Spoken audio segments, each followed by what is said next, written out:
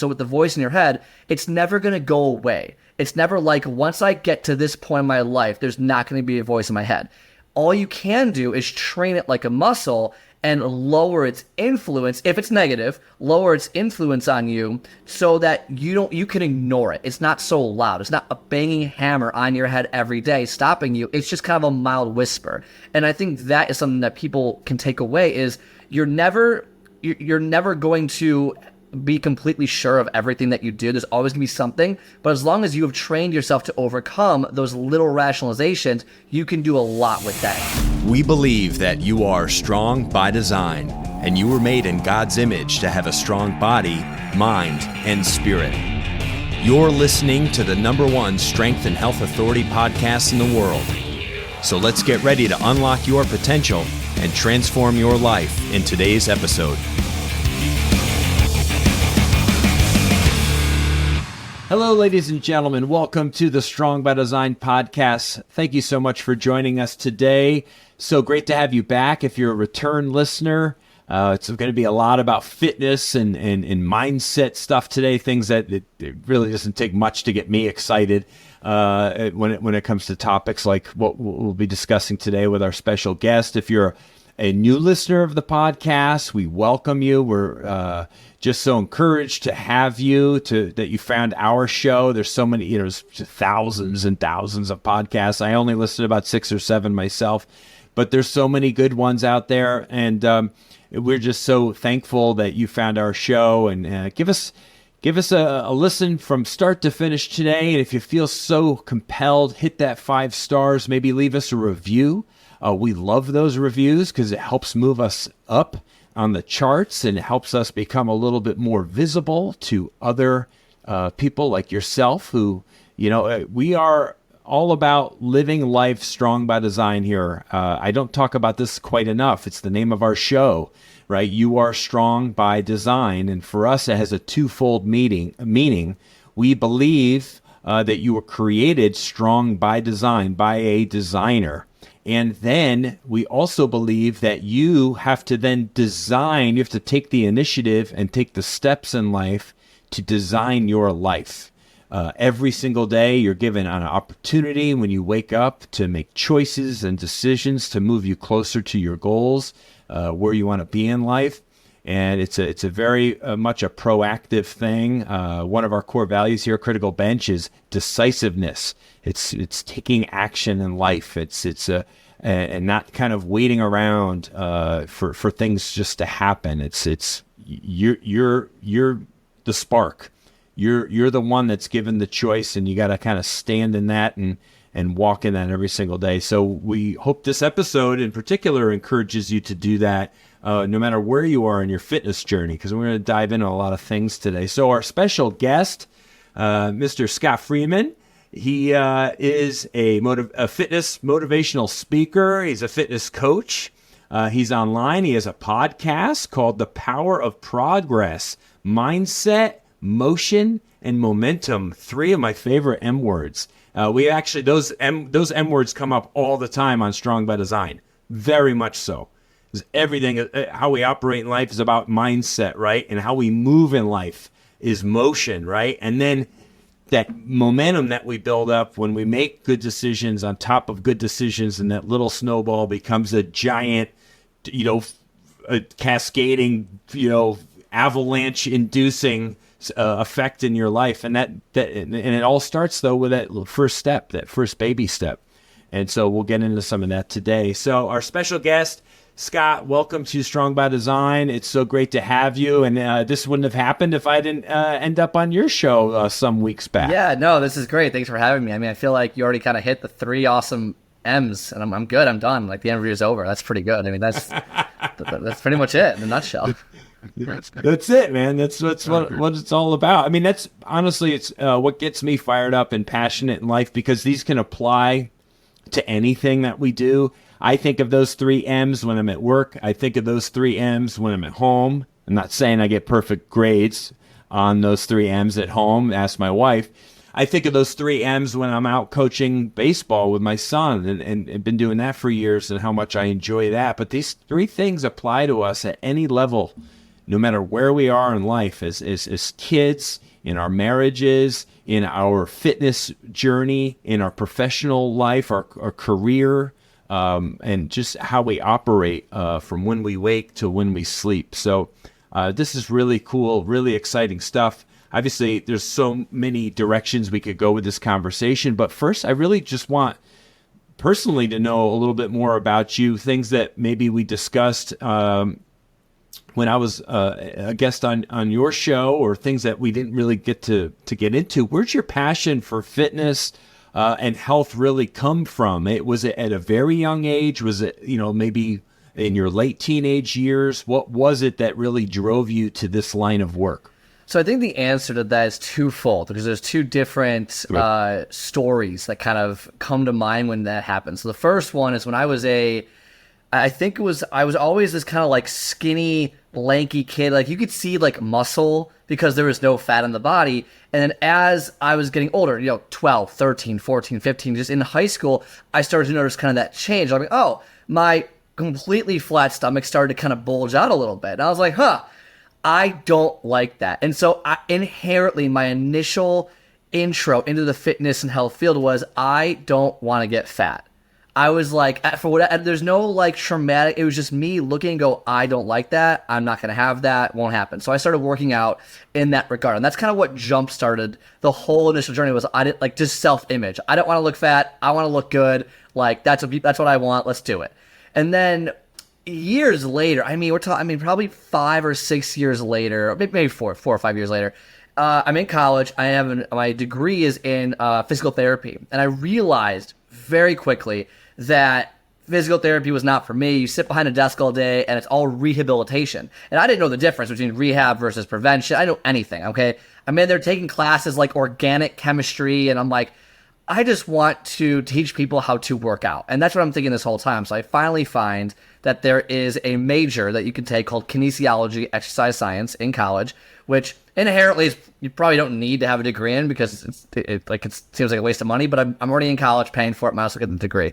So I switch over from rehab in physical therapy into prevention in personal training, and that's where the idea of I want to help people get in shape. I want to help people because it was so easy for me starting at 14 and 15 years old to kind of grow, figure it out, take all the wrong roads, do all the wrong things and fight through it, and then seeing people like really struggle with something that was so easy for me. That's kind of where it came from, that twofold motion of just not wanting to be fat and wanting to be in shape, and being able to understand it so thoroughly that I can easily help people and break down the complexities of it. Be like, just do this. That's all you gotta do. Just do this and help them out. So that's kind of where the passion came from. And of course it grows over time. It develops into these different things as you learn as you go. Yeah, I when I was looking over your some of your stuff on your website, I came across, and I'm trying to see. Yeah, this is good. You had shared a quote from Ben Gates that it's really cool because it's really thought provoking, and I think if more people, thought about stuff like this, this is like game changing. This is world changing stuff. So it's an interpretation of the Declaration of Independence. And it says, if there is something wrong, those who have the ability to take action have the responsibility to take action. And that's kind of where you're getting at with this, is like you had this passion and this knowledge in this area. And it's kind of like, what if I don't do something to make the world better with this? Then it's like I'm failing, not just myself, I'm failing the world, in other words, right? It's like, it's really profound, but it can kind of happen in any area of life. And not to take away from the, and I put it on there for a reason, because it's kind of, if you know who Ben Gates is, it's a fictional character from a movie. And so I'm not sure I want to give away that. Well, Ben Gates is from the National Treasure, exactly, right? Yeah, and it's such an amazing line. And obviously, I'm not, how accurate it actually is, who knows? But the line itself still holds water. And like, yes. I love it. So if you have the ability to do something, you should do it. Like if you can do something, like it's kind of your responsibility. And so I felt almost this pull to like, you're good at this. This is what you have to do. And I agree. I just think that, just because the quote comes from a movie doesn't make it any less amazing than what it really is. So, absolutely. no, yeah. Oh, dude, I live my life by Denzel Washington. 100%, quote. yeah. I mean, are you kidding me? I mean, you know what I mean? And this is a guy who's like bigger than, is it getting any bigger than Denzel? I mean, over the last several decades, I mean, the guy's amazing. Some of my favorite movies ever are Denzel Washington movies. But he's so well spoken, and you could probably find 100 quotes of his that are like, how to live your life. 100%. Quotes, and it's, so I mean, this is one of those, and who cares? If it's from a character in a Nicolas Cage character in a movie, which, by the way, oddly enough, that this comes up, my daughter and I, my whole family, we just got through. National Treasure did like a little mini series, like a spin-off TV show based on the movie National Treasure. Yeah, I didn't know that. Yeah, you have to check it out. It's actually quite good. And I think it's one of the many Disney series that came out. It's not woke or anything. It's actually just pretty good. Yeah, everything else about Disney is so woke anymore. It's like, is that worth watching with my kids? But no, I mean, it was just like pretty wholesome and pretty good. And it was like high school or just older than high school aged kids. And really good, kind of ties into that whole storyline behind the National Treasure movies that were so popular back, some years back. I'll have to check it out. I had no idea they had that. I'll have to check it out. Yeah, for sure. I didn't know either until I think my daughter was probably thumbing through some shows and came upon it and watched the first episode, and we all kind of watched it, and we were like, wow, this is really good. And it was like 10 episodes long and all about an hour long. So it was actually quite enjoyable. So I do recommend it. So, so a little side note there, a little fun little I'm writing that down right now to watch the National Treasure series. Yeah, look it up. It's on the Disney app or whatever. So now that we know kind of where the passion, it's funny because we're very similar in that regard. I noticed myself kind of going through kind of a pudgy, husky. They used the word husky back in the 80s when you were fat as a kid. And it was like, prepubescent type stuff. It's like 6th grade, 7th grade, your body's changing, and I wasn't as active because I was like too heavy, too big for Pop Warner. And I wasn't involved in sports as much as I had been in elementary, and then as I ended up being in high school. And so it's just kind of this weird waffling phase of life. But I realized, like, I want to be fit and strong and muscular, from a young age. I want to look good and feel good. And then that passion just translated very easily to like how I can serve others with it, which I love that, that's what you've done with your life over the last several years. So that's great.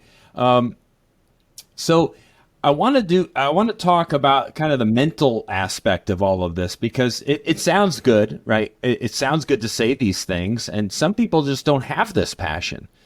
They don't have that kind of drive or commitment to things. And we can sometimes be our worst critics or our worst enemies, whatever you want to say, with that little voice in our head that kind of holds us back or stops us from making changes that can really be big.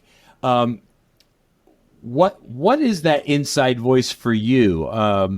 Because you talk obviously a lot about the kind of the mental aspect of things on your podcasts and on your platform. Talk about the power of that little voice in our head. Well, the little voice in the head it's first up, is so powerful. And it works with and against you depending on kind of what your perception is of the situation. So if you love something, that voice is going to push you and push you and push you to go do it. Whether it's, hey, I want to go buy that food at the grocery store, or I want to do this, it's going to push you. And if you hate something or are fearful of it, it's going to do the opposite. It's going to pull you away and give you every excuse you can imagine not to do something. It tends to be what most people struggle with is obviously the second part is if you don't like something, even if you don't know you don't like it, if your body has a negative reaction to it, it's going to pull you in the other direction they want to go to. And that's, I think everyone has that. And it's the biggest critic we have. We're always very against ourselves. We do something right and everyone else goes, oh my gosh, you're doing so great. What an amazing thing. But to ourselves, we're like, that was all right. Thanks. No big deal. Like, we don't really appreciate what we did. But think about when you are giving thanks to someone else. You're always telling everyone else how great they are. Good job, good job, good job. But we never do it to ourselves. So we are our own worst enemy in a way. And that comes from that voice in our head. Maybe it's you're not good enough. Maybe it's the fear of success. Maybe it's the fear of failure. Maybe whatever it might be, that little voice can either be something that pushes you, gets you angry, gets you going, and makes you do something so you can stop listening to it, or it is debilitating. It stops you in your tracks and you allow it to not let you do anything. And so overcoming that voice, the voice, people like to think like, I'm using example. It's like, okay, once I'm strong enough to lift, we'll call it 225, right? Because that's like the golden number nowadays. That's like the 1%ers. Like life's gonna be better. I'm gonna look a certain way. I'm gonna do this. Once I lose the 40 pounds, I'm gonna look a certain way. I'm gonna feel this way. I'm gonna be this person. And then what most people find is that mindset they have with that specific goal, once I hit this goal, I will become this person, tends to not be it whatsoever. You hit 225, you lost the 40 pounds, you achieve whatever the goal is, and you are still the same person. In fact, you don't even look that much different than you thought you were going to. You thought you were going to look way different, be a lot better, everyone's going to love you, your self-esteem will go up, and yet nothing's changed. There's this void. And that has to come through, number one, the voice in your head, and two, the mindset you have with how you're going to achieve your goals. And so with the voice in your head, it's never going to go away. It's never like, once I get to this point in my life, there's not going to be a voice in my head. All you can do is train it like a muscle and lower its influence. If it's negative, lower its influence on you so that you can ignore it. It's not so loud. It's not a banging hammer on your head every day stopping you. It's just kind of a mild whisper. And I think that is something that people can take away is you're never going to be completely sure of everything that you do. There's always going to be something, but as long as you have trained yourself to overcome those little rationalizations, you can do a lot with that. And I think that's kind of part of the journey I was on too. So it's like, you got to overcome these things. Like, is anyone going to want me as a coach? Is anyone going to listen to me? Why would they listen to me? Am I good enough? Do I know enough? Do I know enough about this person's body or this person's goals to which? And these voices come, but the only way to overcome it is to train yourself out of it and to keep pushing forward. Yeah, it's great advice. Well said. I think sometimes I think to like children how, everything to them is new. So every decision they make is like, could be scary, could be exciting, could be a combination of those things. And think how many times, if you have kids or even if you don't, you can remember back to when you were a kid or you've been around children on some level, I'm sure. And, you see a kid who's really timid or really not wanting to partake in something, but if they just get a taste, they're gonna love it. They're gonna love it, and they're gonna not want to stop. And it's our job as leaders, as coaches, as parents, whatever, to just get some people over that hump. And if we can do that for ourselves in our own mind, to be like, listen, I know this is scary or this is frightening or this whatever, but you know what? If I just show up. Right? Like 80% of success is showing up or whatever they say. It is. It's just like, just put yourself out there, and people aren't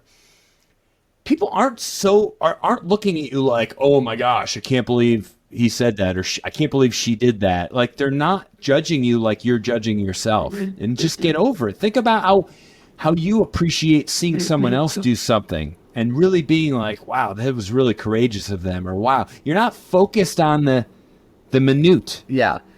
Things or details of it. You're just really kind of seeing it as like a, wow, that's pretty inspirational. That's pretty powerful. That's pretty commendable or whatever. And if we could do that for ourselves a little bit more, a little bit better, and flex that muscle more, like you're saying, that positive way. And I'm the first one to like kind of ridicule myself or be like, what an idiot, right? How many times in your life do you do something and you go, what an idiot? You call yourself an idiot. It's daily too. And like it's daily. Not good. It really isn't good. But how many times do we say like, dude, that was awesome. Like, good job for you. Or, whatever. Never. You don't have to go around talking to yourself like that. But it can be an internal thing where you could just be pat yourself on the back, with like a good thought about it or whatever it is. But that's the power of connection with other people, like coaches and people who can back you up and can help support you and help, give you those words of encouragement when you need them, when they're lacking from yourself. So because, and that's the next kind of thing I want to get into is like, while we might strive for perfection in all that we do and all that we try, we can't be so critical and hard on ourselves for those failures and those mistakes.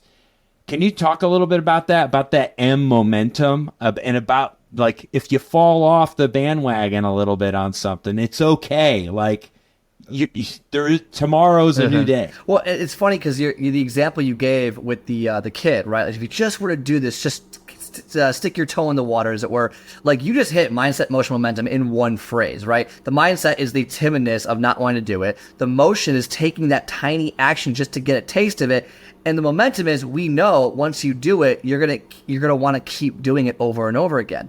Now, where a lot of people make, where they stumble is when that voice, that negative voice in their head kind of tells them, hey, like you did a crappy job, or you fell off the wagon here, you did this, you're not doing a good job, right? Whatever that voice is telling you, and how do you not really attack yourself, right? And get basically what happens is it's a mindset shift. Okay, so if you're going out there, you have a journey, right? Your goal is to lose 40 pounds, and let's say 1 week you screw up, right? You went to a wedding, you had cake, you had vacation, you woke up one day late, you missed the gym, like just things happen, right? This, whatever it is. So you can give 2 options, okay? One is you can accept it and go, okay, it happened, nothing I can do about it now, but I know who I am, push forward. Or 2, you can continue to whine, complain, and just be annoyed about it. Which option in your mind is going to help you towards your goals? And that's what I always tell my clients. Fine, it's okay to be upset with yourself. It's okay to be annoyed. It's okay to be sad or discouraged sometimes. But then ask yourself, what action do I have to take next in order to hop back on there? And does this action align with what I'm trying to do? And so it's always about self-reflecting how you feel. And then the second part of that is, a lot of people think the journey towards their goal just is straight up, or I guess straight, either way, right? It's just this. What you're not accounting for is it looks closer to the stock market, where it's kind of like this ridiculous line. And if you don't account for it to be, for there to be obstacles, for there to be setbacks, for there to be bad days, then realistically, you did not create a plan that was realistic in terms of what you were trying to achieve. So if your plan is, I'm going to lose 20 pounds and I'm going to lose 1 pound a week for 20 weeks, you didn't plan for any setbacks. That's only if everything goes perfect. But if you can set your plan, okay, like, at some point I'm going to gain 2 pounds. At some point I'm not going to lose weight. At some point this might happen. At some point, then your plan might expand longer, but then you're not going to be worried about it. You're going to plan, oh my gosh, this happened exactly as I thought it was going to happen. I didn't do all the things, and it's a matter of changing that perspective. We think it should go perfect, when the reality is it's never going to go perfect. So why are you planning for perfection? Plan for things to go wrong, because that's what's going to happen, and that way it kind of lessens the impact of when we do have setbacks, and then we don't get negative, we don't get in this cycle of quitting, and then, well, yesterday sucked, so today's going to suck, or I might as well skip the rest of today and not do this because of this, and then next thing you know, 6 months later, I had that coach, and I just kind of fell off because of what, it's like, well, you didn't plan for it. And that's why. So I think those would be 2 main things I talk about. Oh, fantastic. I love it. Yeah, the road to success is certainly not a straight line. In fact, it couldn't be more up and down, peaks and valleys. I wish every successful person could just share their life story, or their 10-year journey to success, or however many years it took, because every one of those stories is going to be riddled with failures, defeats, mistakes. Why did I do this? Bankruptcies, starting over, new businesses, new relationships. It's just never ending. And everyone I've talked to has some amazing way or path that's unique. It's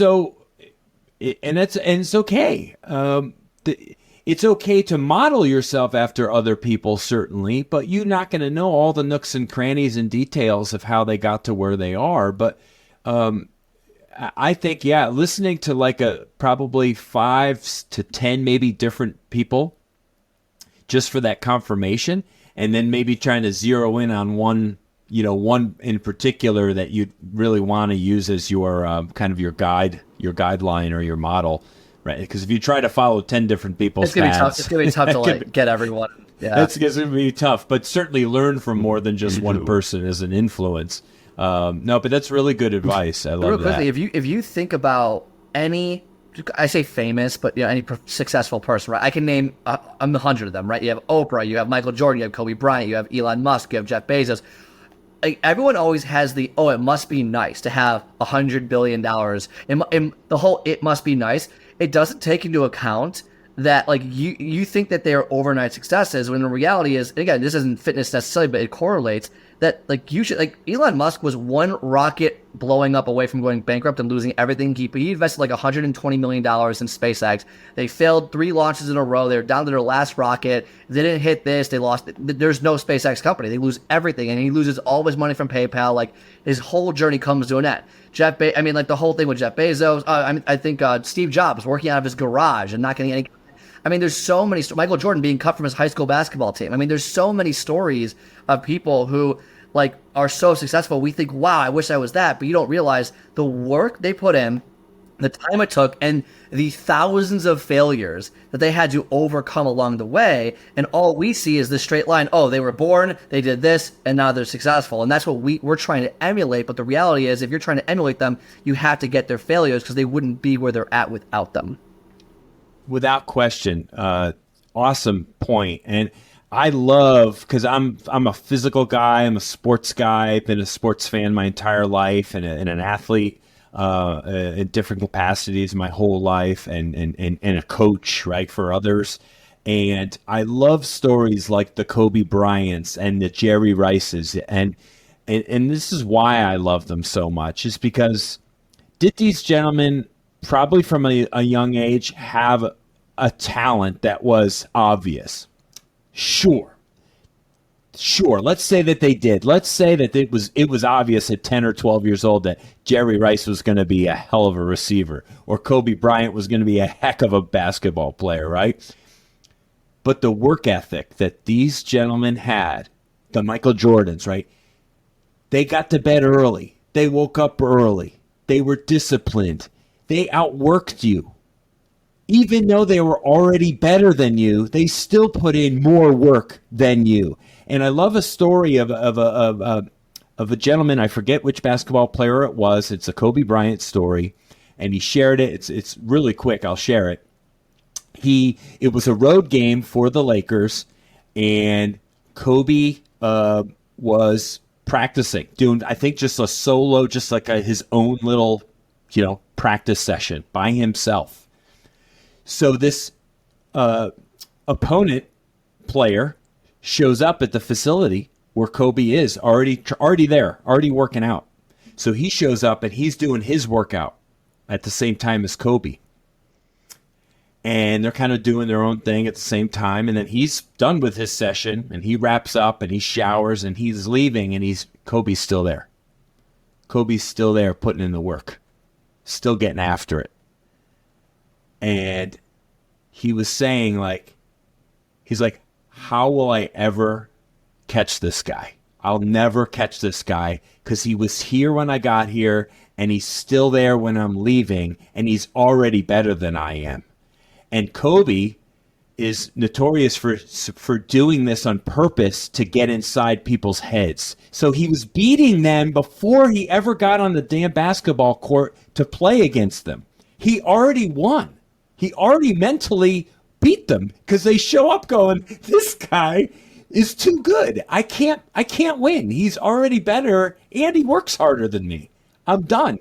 So mentally, they're already checked out. It's funny because you have the stories like, and again, what we see on TV is how amazing Kobe was. Like, oh, he's just so great. You don't really see that until after the fact. And I think the opposite can also be true, is like you have these raw, unbelievable talents who, because of their mindset, because they didn't do something with it, and they thought they were just gifted this, they were going to succeed out of nowhere, they went nowhere. I mean, I can name them in NFL specifically. You got like a Jamarcus Russell, who was the first overall draft pick, Ryan Leaf, who couldn't handle the press, and Johnny Manziel. The documentary just came out. I haven't watched it, so if I'm wrong, I'm wrong. But Johnny Manziel, who is supposed to be the next, the greatest football player of all time when he was drafted. He's supposed to be this amazing guy, college, one of the best college players ever. But because of the way they mentally were able to handle themselves, they did not succeed at the next level. I don't think it had to do physically at all. I had to do a lot to do with mental. Absolutely, 100%. It was the mental challenges or the celebrity challenge, all the stuff that comes along with it. It had nothing to do with the athleticism and all of that, right? That was unchanged. That was the same. It was all these other side things that definitely came down to how they were able to deal with it. The mental side. It doesn't matter. Like, I know we're talking about athletes. It doesn't actually matter the fact that we're talking about people and their nature, and this applies to everyone. Like, if you're trying to do something, like, it's all about how you approach it and how you think about it and how you persevere through the difficulty. So obviously we're using very high-end, rare examples to just to get our point across. Doesn't mean it doesn't apply to you. Of course. So. Yes, exactly right. No, yeah, these are definitely some people will be like, well, I'm not a basketball player. It doesn't matter. Right, yeah. You could be the Kobe Bryant in your marketing team. You could be the Kobe Bryant at the coffee house where you work, because every line of work, every industry has that elite level, type, business or people that are participating in it. And I mean, you go to a restaurant. You ever been to a restaurant? Of course you have, Scott. Every listener listening has been to a restaurant. You ever get blown away by somebody that serves you? Like, dude, the food's okay. The restaurant's okay. This person, that waiter or that waitress, they might be the best waiter or waitress I've ever seen or heard in my entire life. And what makes them, what does that make you want to do? Not only tip them well, you want to go back. Yeah. Because of that one person. And so that's success to me. That's success. And if you want to make a career out of anything in life, you probably can. You could be an amazing electrician or air conditioning person. And if you're a badass at what you do, you're going to shine, putting in all that extra effort and all that extra work. So I think it's great. And just don't be being a cheerleader for yourself and not so much a critic, and to keep that momentum kind of going along. I love it. Scott, what's one of your biggest pet peeves, frustrations, complaints in our space, in the fitness space right now? So, it's probably changed, maybe what you found problematic 5 or 10 years ago might not be the same thing today, but for what you do, what you preach, what you practice, what's the one thing that's really a thorn in your side right now, or frustrating for you in this fitness industry? Man, there's so many things. I think one that pops out, and this is where I talk. This is why I changed from a personal trainer to a coach, is the lack of mindset development in personal training. I used to think, and I was one of them, right? I used to think, I don't understand why these clients, I had 100 clients, right? And 50 would succeed and 50 wouldn't. Why are these 50 not succeeding? It's the same program, not the same, but the program works. They're doing the same exercises. We all know it works, right? We all know lift weights, do this, it all works. But why does it work for some people and not for others? And that's what the personal training fitness industry gets wrong right now, in my mind, is because they don't focus on that. They focus on what's the best routine that I can do, what's the best diet I can have, what's the best supplement, what's the best this, and that's what you need to succeed. And if you have this, you're going to be successful. The reality is the program, the diet, the supplements, whatever it is, that is all actually very much secondary to how you perceive yourself, your goal, and what you're going to do, and your level of commitment to yourself. Because I can give someone the greatest workout program on the planet, designed by Arnold himself, right? Whoever, right? And that person could literally fail at it because they're not committed. They don't stay they don't stay motivated. They don't want to do it because they just don't have the right mindset. Versus I can give someone, hey, do bench press, squats, and rows for the rest of your life. All right, and progress those over time, and they will see amazing results. Is it the best plan ever? No, but they have the best mindset ever because they're going to commit to it over and over again. So people focus on the external of, oh my God, this trainer is going to get me to the finish line, and once I'm done, versus I need to learn how to do this myself, become accountable to myself, and fix kind of how I see what's happening versus just selling people personal training, personal training, personal training, personal training. Oh no, work with me, work with me, work with me. Because the reality is it's not helping. I mean, clearly it's not helping. Since 2000 to 2022, we've increased obesity in the United States by 12%. Obesity is up to 42% of the population, where overweight is up to 75%, which is a little skewed, I know. But like, we're clearly losing the battle to the marketing, to the fast, whatever it might be. Why is that? I think part of the reason is the way that the training industry is set up is setting people up for failure because they're not teaching people the right things to focus on. Yeah. Wow. That's great, man. Well said. It really is. It frustrates me too. It could be so, we complicate the hell out of things in life, and a lot of people will, certainly when it comes to working out and exercise. Is, I got to do this plan and this many weeks and this many days. It's like, dude, you could get in the best shape of your life, skipping rope, doing air squats, and doing push-ups and pull-ups. Yes.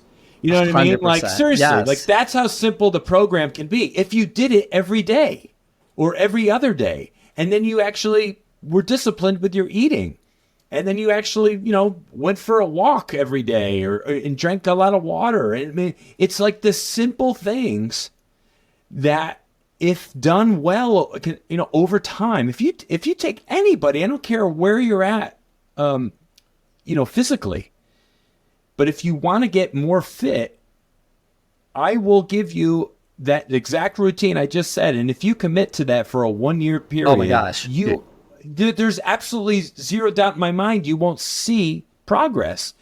But people are so quick to throw in that towel on themselves, and they don't have that stick-to-itiveness, that's become like a word. I've never heard that. Stick-to-itiveness. Come on, brother. Stick-to-itiveness. Right? No, they just don't have it. They can't stay disciplined they can for 30 days.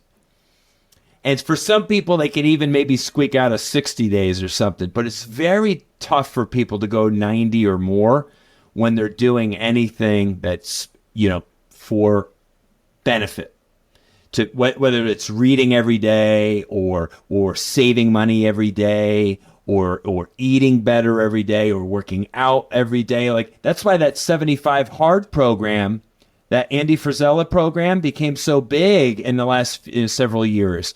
75 hard. It's a 75-day program, knowing that, like, anybody could probably do that for 10 days, maybe even 20 or 30. Can they do it for 2.5 months?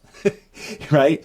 And, I would challenge anybody, just try that. If you've gotten anything out of this, out of this conversation, is like, I don't even know the guy. I know the program, and I know people who've done it. And it's like, if you need discipline in your life to start doing some things better besides just working out, because this is like 10 minutes of reading, it's like a gallon of water every day or something like, it's like all these different things that are like for 75 days straight. I mean, there's no doubt in my mind you don't get benefit from that, at least adopting 1 or 2 or 3 new good habits, even if everything doesn't stick with you, right? And that's the power of baby steps, though, too, I think, that's where 75 hard, I think, will lose people, because it's so abrupt. It's so much to change, where I think if you just start small with 1 or 2 small changes, but build that momentum on those few things, and then that eventually leads into like kind of a habitual ritual type experience with those changes, and then adopt a few more new things. And before you know it, all these new things have kind of overtaken, and the bad stuff is kind of just by the laws of nature, I don't have room in your life anymore, because these good habits have kind of taken root. Yeah, and again, it's just that switching mindset of goal oriented to process oriented, because people want the goal so badly that if they don't get it right away, they quit. And if they don't get exactly what they want when they want it, they quit. But if you focus on actually changing the way you live your life, which I know it sucks, but like those are the only 2 options. You can either struggle the rest of your life with this goal mindset you have, or you can focus on building the process, building the habits one at a time, building motion, building momentum to get the results. And then, you and me, it's like, how much weight has someone lost and gain back over and over again in the course of their life, where they do the diet A, they lose all the weight, they gain it back, they lose all the weight, gain it back. Me too, right? And it's like, you probably lost in the course of your lifetime 200 pounds, and yet you still weigh 250 pounds. You haven't, because you're not focused on the process and being that different person. And it's all mindset. It doesn't have anything to do with the program you're doing. It's all about you and not wanting to, or not understanding that, like, it's all about, hey, look, you have to change who you are. Like, you achieving this goal is not going to change who you are. You have to change who you are. And by doing that, start with, again, 75 hard, I think pretty extreme for a lot of people. And I'm not sure I'm not sure I would coach people into that, but it's something to get started. And like, whether it's reading or going to the gym for 10 minutes a day and just starting with something, that's the process. And I guarantee, right, in 5 years, it's like, holy crap, look how different I am. I mean, you don't start a job out of college and expect to be the president when you get hired. No, you're the low person on the totem pole, and you're there for 3 years, and then maybe you leave, go somewhere else, or you get a promotion. Like, it takes you years in order to do that in your career. Why would this be any different? Why, it's like, and we have this weird expectation. And the funniest thing to me is that fitness is one of the few things in life that is pretty much mapped out. I mean, there's nuance, there's minutia, there's things that whatever, when you get to the upper echelons of it, but there's a pretty direct, straight path to whatever goal you want. And yet, it's one of the hardest things that we could do. People just won't do it. In the land of abundance, it's very hard. In the land of technology and abundance, right? The grocery stores on every corner, and you could just do Uber Eats, so you don't even have to walk. Instacart, something else. Right. It's just, yeah. So we have our work cut out for us, don't we, in the fitness and health industry? Because it's an endless amount of habits to shake up and break, and to help fix people and get them back on a good path. This is a really good transition to talking about the power of like writing things down, logging and tracking our progress. I did this years ago before I even knew why I was doing it. I would keep like a journal, like a log. And I was just like writing about the day. It could be 5 sentences. It could be 2. It could be half a page.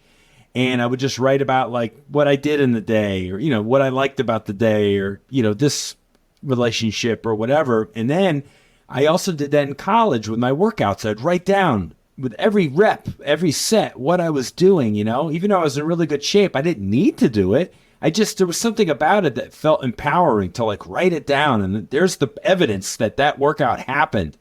And it was like a cool track record. And then, just to see it on that page, and wow, I filled up a whole notebook of workouts. Like, this is what I did. Like, this is all me here. This is pretty awesome stuff. And then I experienced it one other time, more recently in the last couple of years, when I worked with the coach, actually, because I wanted to get, I really wanted to lean out, like way more than where I'm in like the 220 range, but I really wanted to get down like shot underneath 200. And I'm like, if in order to do it, I need accountability. I need a coach. So I had a trusted friend of mine who's an amazing, he helps bodybuilders and stuff. He's an amazing nutrition coach. And he held me accountable, and I was using a fitness app to track MyFitnessPal, to track every calorie that went in my body, every one. And it was doing that, even though I'm a nutrition guy, like I've been at this for 25 years, by writing it down and knowing exactly what my caloric intake was. That's how I was able to make the progress in seeing it like right there. Like, ooh, I got 250 calories, kind of at my disposal here at 8 o'clock at night. I can afford to eat XYZ.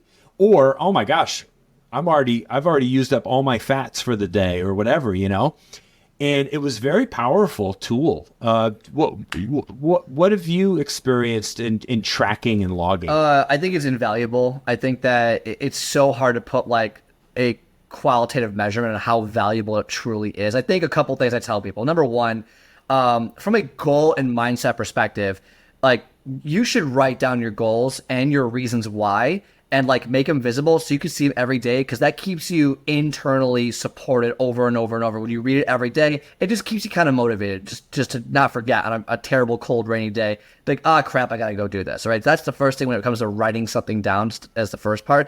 But when it comes to tracking your nutrition, right, I was big. I talk about someone who went 180. I dove in so hard. Every single person I knew made fun of me. I mean, this went on for probably a year. I tracked every single thing I ate, and down to the number, it's so funny, down to the number of carrots I would eat. And I would do the math. If a serving of carrots was 35 calories, I had a quarter of a serving. I would put in everything because I was so invested on learning. And then I think it's valuable to, I'm not saying get as crazy as me. I think that's a little ridiculous. I think like you can probably skip all the veggies. I don't think you need to track all that necessarily. But overall, you don't, like, for example, if you're going to buy a house, right? And you're not just going to go, I want that house. All right, purchase it. No. What's the down payment? What's the finance of it? What's the percentage here? How much do I got to pay this contractor? What's the mold look like? You're looking at every detail and figuring out, okay, does this make sense for me to do? You know, when you go to a job, what are you asking on interviews? What's the salary? What's the PTO? What's the commission structure? What's this? What you're asking all these questions. Well, the same is true with your food. You need to figure out what these answers are. Now, you don't have to go crazy with it. You don't have to know every little thing, but you should have a baseline of what you're normally eating to figure out, okay, I'm here. Here's where I want to be. Here are the foods that kind of equal this out. And for a week or two, I have most of my clients track just so they can fundamentally see, holy crap, because most of the time they don't track it. The second you start tracking, you lose like 300 calories a day, just because like I don't want to count that Oreo that I know I'm going to sneak, so I won't eat it. And then they never count that. Or, oh wow, I put way more balsamic vinaigrette on my salad than I thought, and that's an extra 150 calories I wasn't accounting for. Take that off. And so I think number one, just from an inherent like you're not going to want to track it perspective, you'll lose a bunch of calories right away. And then second, the best results come from the most data-oriented progress that you can make. So if you can have the data in front of you to see, here's where I'm at, you're going to get better results. Do I think it is absolutely necessary? No, I don't. I think there's definitely ways that you can achieve your goals without tracking. Do I think you should? 100%. Like, I definitely think you can. But if you're that person who's like, Scott, I literally cannot track, fine. But then you have to at least track what you're eating. Like physically, how many things a day are you eating? And then how do we adjust from there? Because if you don't have a baseline, if you don't have a foundation of what you're doing, how can anyone, especially a coach, help you move forward if we don't know what you're doing? So if you tell me, hey, I eat so healthy and I'm not losing weight, help me. Okay, we got to track it. I don't want to track it. I go, well, how do I know you're eating healthy? Well, I have a chicken sandwich for lunch. Okay, is there bread on that? Yeah. Okay, so you say you're eating healthy, but then you're having processed food. It's like, well, people don't know. And so it's a matter of, if you want to build a solid foundation, at least to start, at least, you don't have to do it all the time, but at least to get things going in the right direction, I recommend tracking. It is so pivotal. And I've always wrote down my workouts, and mostly it gets it from here onto paper. I can forget about it. I don't have to worry about it. It is there for me to document, and I can go back at any given point and look at any workout, any food that I've eaten, anything like that. And now I have a routine. I eat a lot of the same things most of the time, because that's I have a bad stomach actually, so I'm lucky because I can't eat a lot of foods because I get really sick, and that makes me unlucky because I can't enjoy a lot of foods. But from a tracking perspective, I know what I'm having, because I don't even have to track anymore. I just know what it is. So okay, that's what that is. I'm good. Yeah. So yeah, that's you're not left with all these choices. You kind of have it down to like a select, 5 to 10 items. And that's all so I kind of got lucky in that way, because I know it'll be a lot harder, but still it's about build your foundation. I know it sucks at first. I know that you don't want to do it. I don't want to do it right now, but if you want to succeed long term, at least having a fundamental understanding of what you are doing to your body and what you're inputting is going to be essential to long-term success, or at least faster long-term success, than just kind of guesstimating it. I think that's the value I would put on it. Yeah. I think everybody listening should at least try it for a month. Even if you're not logging exact calories, at least write down every single thing that you're consuming, liquids included. So beverages can have a lot of hidden calories depending on what we're drinking, when we're drinking, is it a dessert drink? Is it for breakfast? Whatever. So yeah, I think everyone would benefit from just writing that down, just so it's there in front of you. And I love it for the workouts too, because if you have a great workout and it's written down, you could put a star on it and be like, dude, that was an awesome workout. Then you go back, and whether you want to do it for a period of time or just go back every once in a while, like that's a good workout, and you accumulate I have like 30 workouts with stars on it. I got 30 different awesome workouts I can do. I don't have to think. And it shows progress. And it shows you progress. If you started Right. a month ago at 100 pounds on bench press, whatever, and now you're at 115, you can see that quantifiable progress that you're making. And that to me is such a win. Like, I love seeing, I have one right now that's like 8 weeks long, and I've seen the numbers increase. I'm like, this is awesome. Like, and that's what gets me to keep going, because I can see myself improving. Right. And that's from a coach, coaches need tracking or need mentors or need accountability. And that's the big A word. Accountability is just so huge. Doesn't matter where you are in life, having someone else or yourself to be held accountable is such a big thing. And tracking, logging things is an accountability measure. And I think it's so good. What's new for you right now? What's getting you jazzed up, excited? What's on the horizon for you? What's going on? I know you're busy. I know podcasting is something that's big and important for you right now. But what else is going on? What should people know? Yeah, so I mean, I've devoted this last year to do like this kind of like interview tour where I've done I've had probably like 25 or so people on the show, which is my first time ever doing the interviews, and you were one of them, which is going to be releasing later on. Yep. And so I think that was really cool. It's coming to a close, and I'm either going to revamp it and do another round next year where I kind of do the same thing. But I think the next thing is that I'm now probably going to devote my next year to get more into speaking on stage, which I've done in the past. I've had a handful of speaking gigs in the past, but I want to get more into that, more into speaking. Obviously, I still want to coach. My coaching is very far and few between. I like to keep it very executive level, like not people-wise, but like a couple clients. I don't like to have 50 clients. I want to have like 3 clients that I can like dial in on. And so the next phase to me is once I have that, it's okay. Speaking. How do I get more involved and share the message to more people, whether it's workshops or big, I mean, can you imagine, I would love to be on stage with like a Lewis Howes or a Tony Robbins event. Like, I think that would be like a dream, is to get on stage with them. But, corporate events, workshops, little things I host here and there, public library stuff, like just to get more out there, get the speaking. So that's what's coming up, I think, in 2024, is kind of what I'm focusing on here. And of course, always growing the podcast. Yeah. It's just part of the role. Yeah. Right. Which helps with the speaking, right? It really, podcast is all about speaking. It's just the environment you're doing it in. So yeah, doing it from a stage, very different environment. But I too want to do more of that, in my future.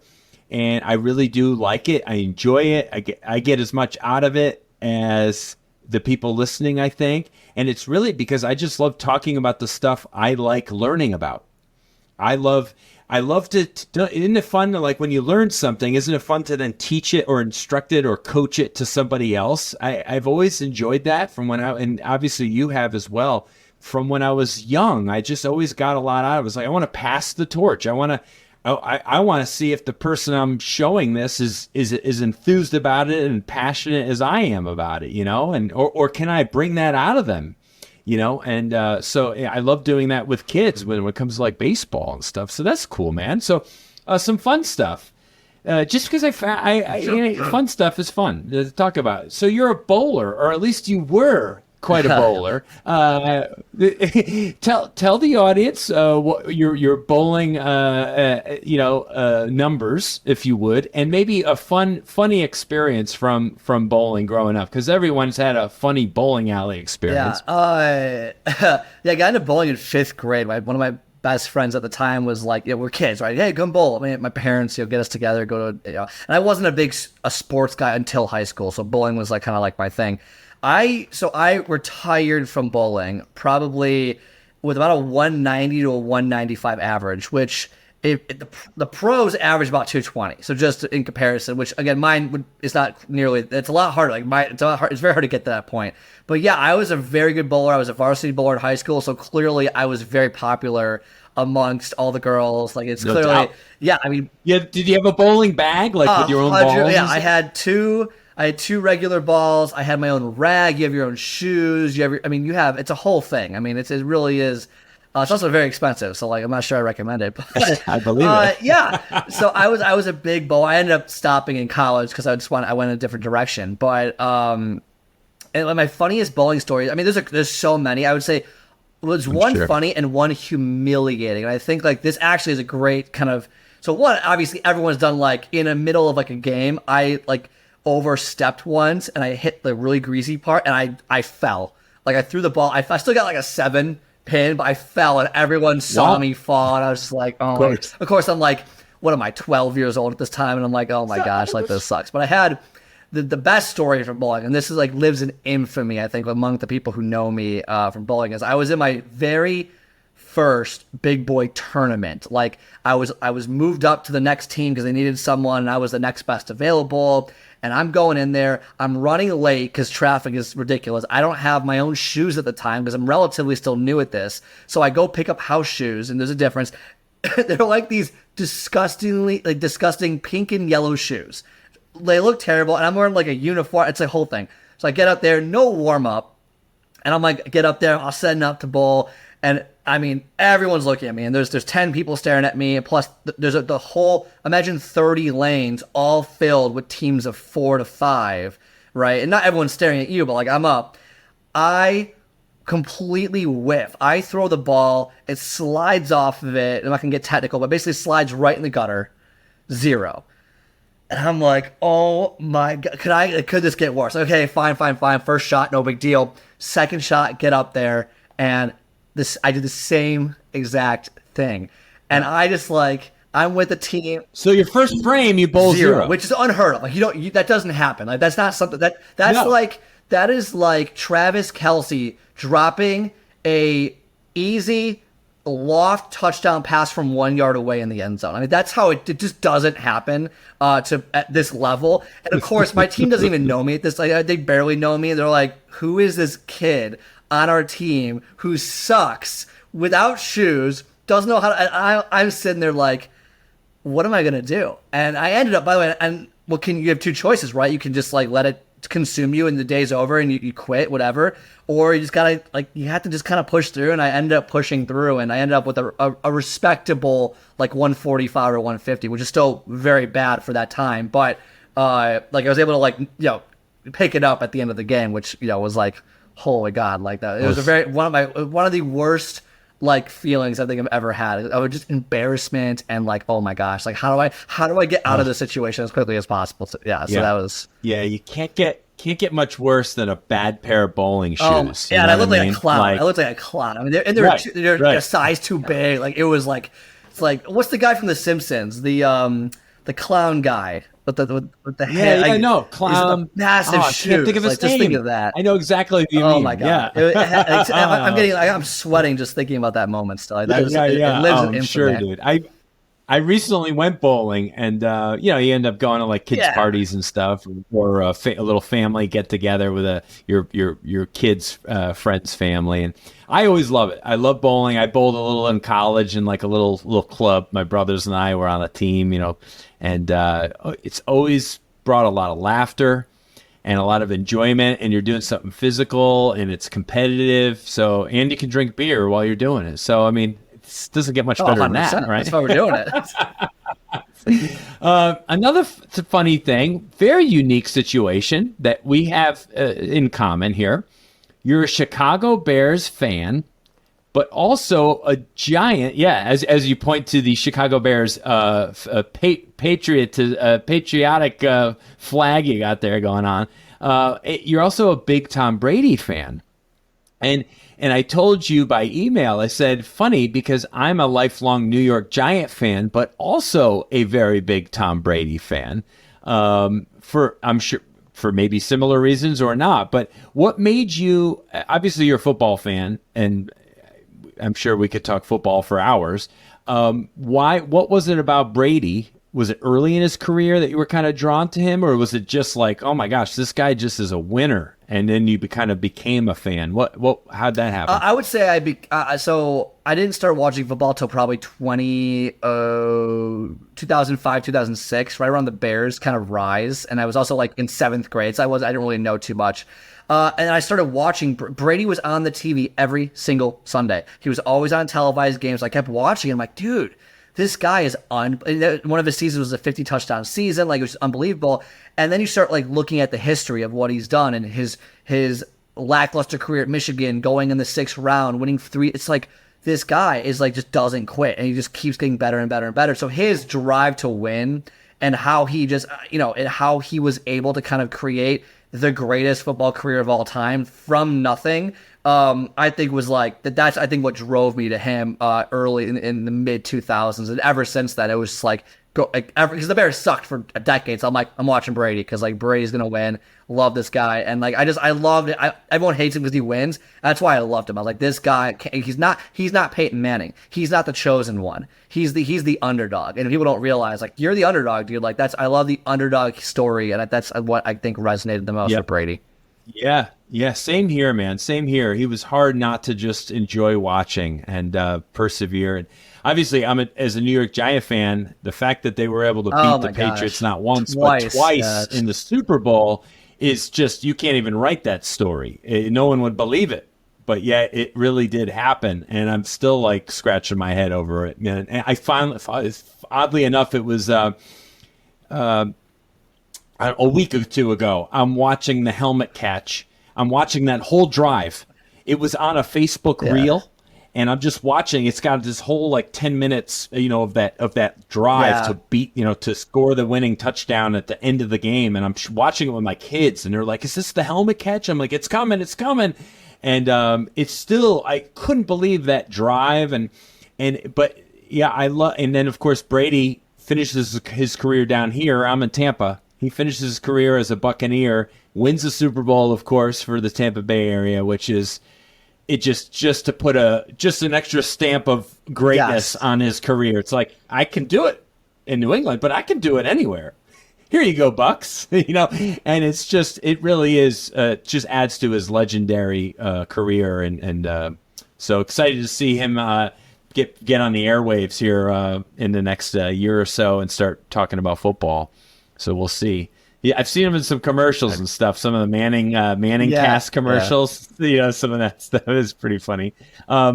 So where should our listeners go? Obviously, you have your podcast as well. We would definitely want to send some people there. And where else can they find more Scott? Yeah, I would say the 2 easiest ways to find me is Instagram, just Scott Friedman 24, and I post a bunch of short kind of content on there, but it also links to all the other content. And you can message me directly. I tend to answer everything I possibly can because I like to just be involved with it.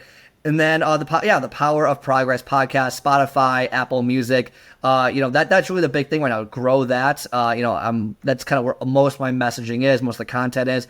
And look, they're quick, short audios, 8 to 10 minutes per episode, just to give you this like mental boost that you need. So I would say those are the 2 main places. There's a website, scottspeaksfitness.com as well, if you're looking for more formal information.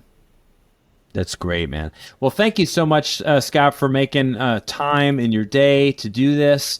It's been a real pleasure. It always is to talk about these particular topics with somebody that's like-minded and an expert. And I appreciate that kinesiology degree of yours, my friend. My wife actually got one years back, too, from Kansas State University. She got her kinesiology degree, CSCS and stuff back in the day. Very nice. It's one of those kind of like degrees, like what exactly? So I'm just going to be a trainer. I did all this hard school work, and I'm just going to end up just being a trainer, yes, the clipboard. But there is a lot that you can do with it. It's obviously huge credibility because in what we do, it doesn't really get any better than like, a kinesiology degree, other than like a master's in it or something, or PhD if you really go that crazy. But it's really good for having that understanding, and that most people just kind of don't know. And so you're living up to this quote here, that if there's something wrong and you have the ability to take action and fix it, it's your responsibility to do so. So well done, my friend. Real pleasure. And listeners, another great episode here on Strong by Design. Hope you enjoyed that today. I got to chit-chat about, good stuff that I talk about here at the office every day with people I work with and friends and family. Love talking about fitness and mindset, all of these things. Hope there's some nuggets in this episode that you can take with you on your journey and to make positive change in your life, move that needle in the direction that it needs to move. So share this episode with a friend or a family member. Would love that if you would share it. That's how it grows. And leave a 5-star rating and or review at any of the platforms that you're listening. I appreciate you. God bless you, and we'll talk to you next week. Thank you so much for listening to the Strong by Design podcast. If you found value in today's episode, please subscribe so that more people can find out about our show. Plus, you don't want to miss any future episodes with the amazing guests and topics we have lined up for you.